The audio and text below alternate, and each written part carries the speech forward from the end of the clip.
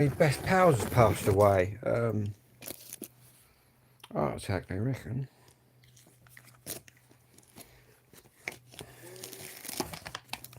Anyway.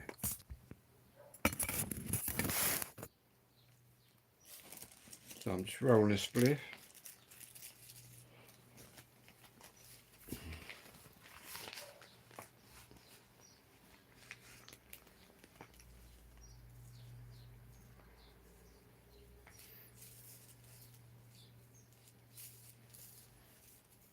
Let's see some music.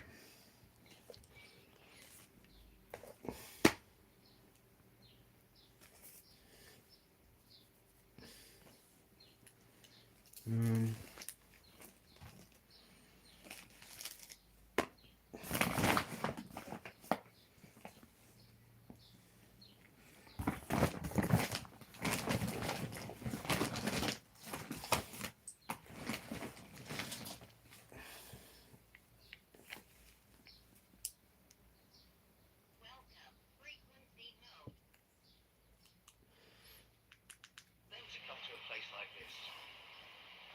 We came for have a hike to see a little bit of nature.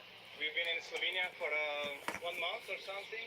We're doing volunteering down in south, and we wanted to see Triglav National Park. Where are you from? I'm from Slovakia and Italy. Slovakia and Italy.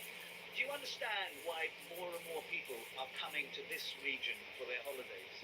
It's peaceful and you can actually hear your thoughts compared to cities. It's paradise.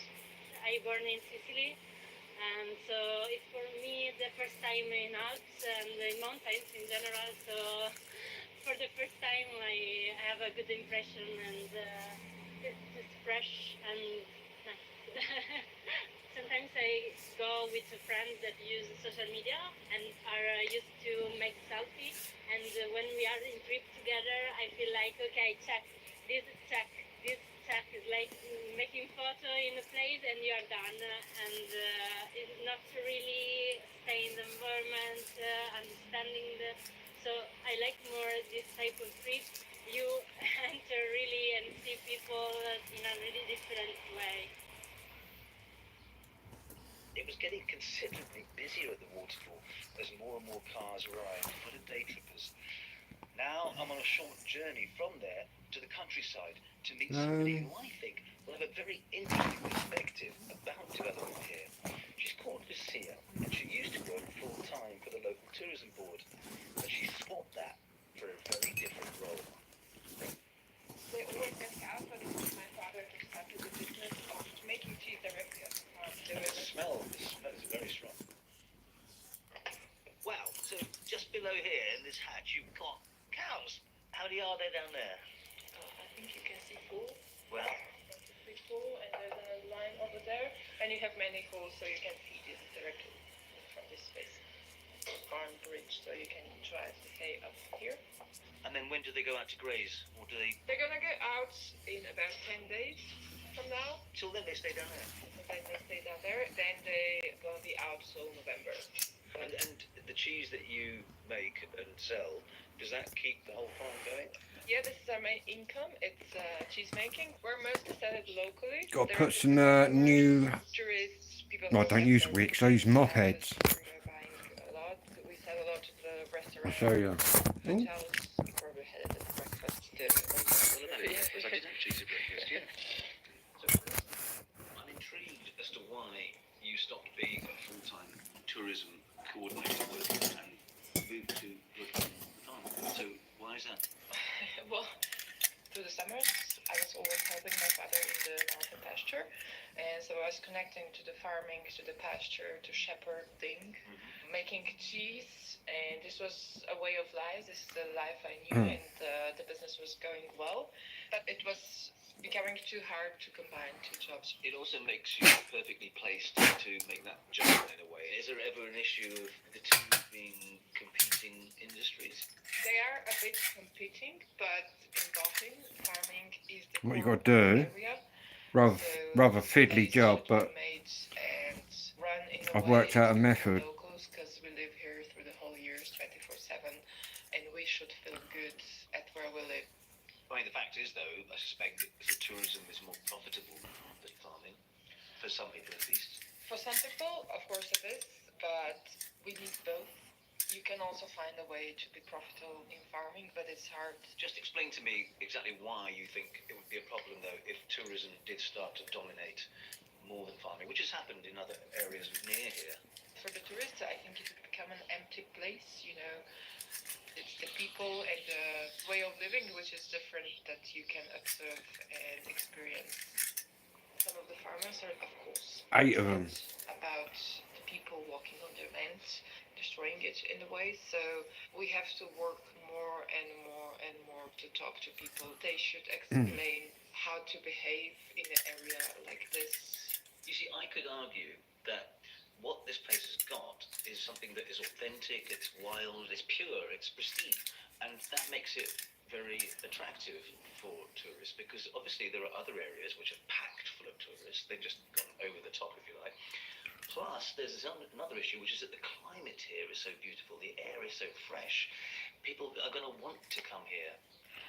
I cannot blame people to come here. It's a place to be, but stay here for a longer time. Take it a bit slower.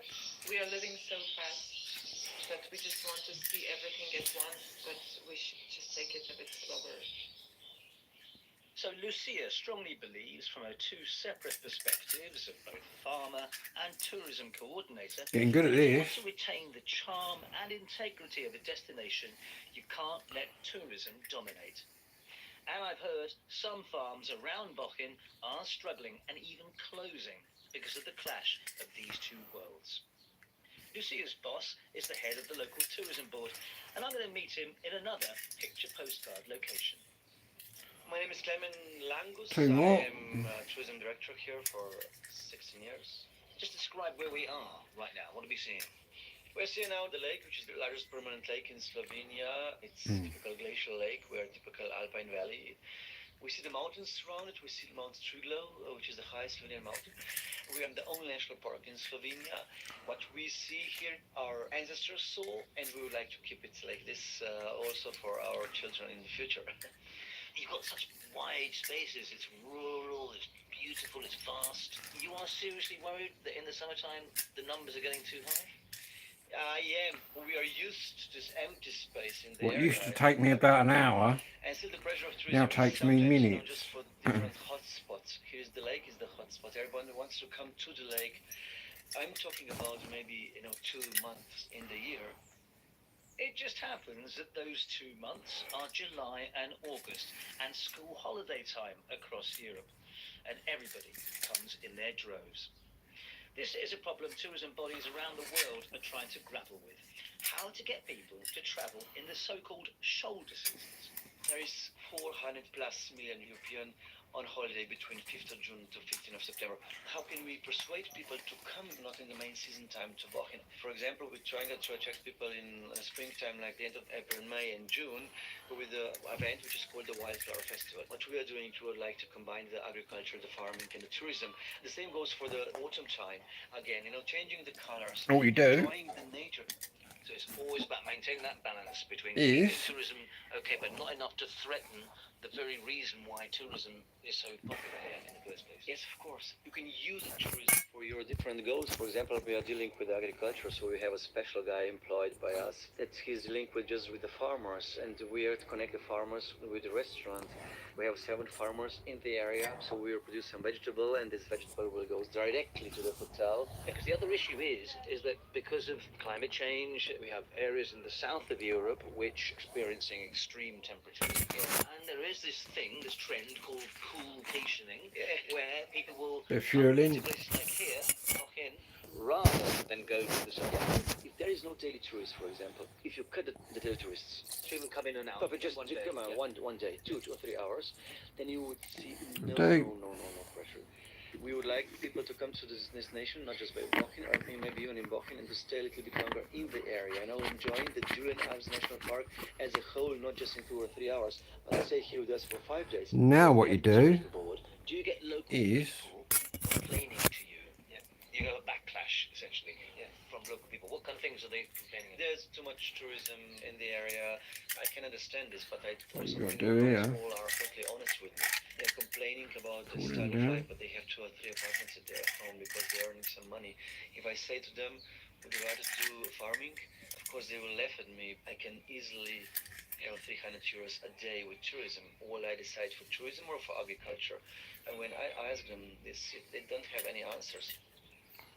As for encouraging responsible tourist behaviour, it's carrot and stick. The aim is to persuade tourists to stay longer. If they won't, Clement says then the stick is to limit their ability to park next to the top attractions. So the challenge is on to preserve idylls like Bochum and so many others around the world that are feeling the pressure of mounting visitor numbers, whilst acknowledging that tourism as an industry can create jobs and prosperity in a region.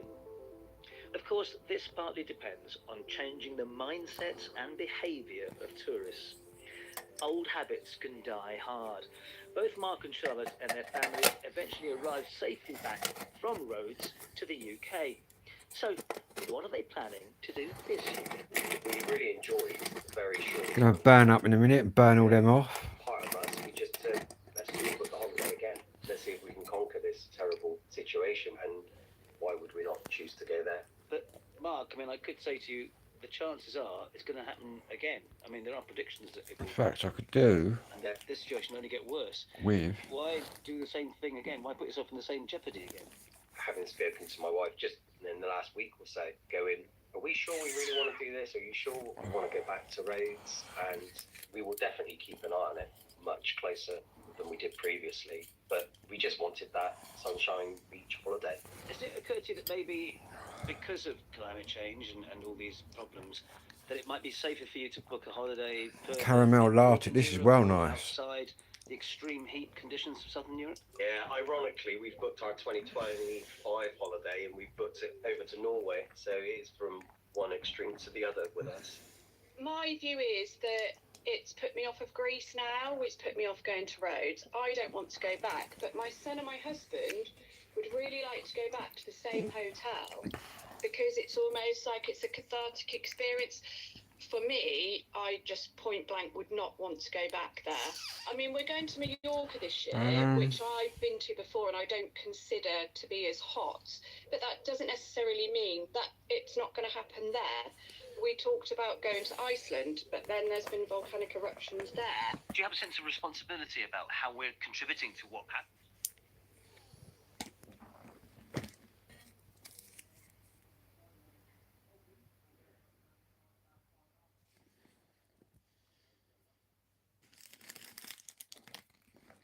Anyway, what I'll do, I'll come back in a minute when I light that up.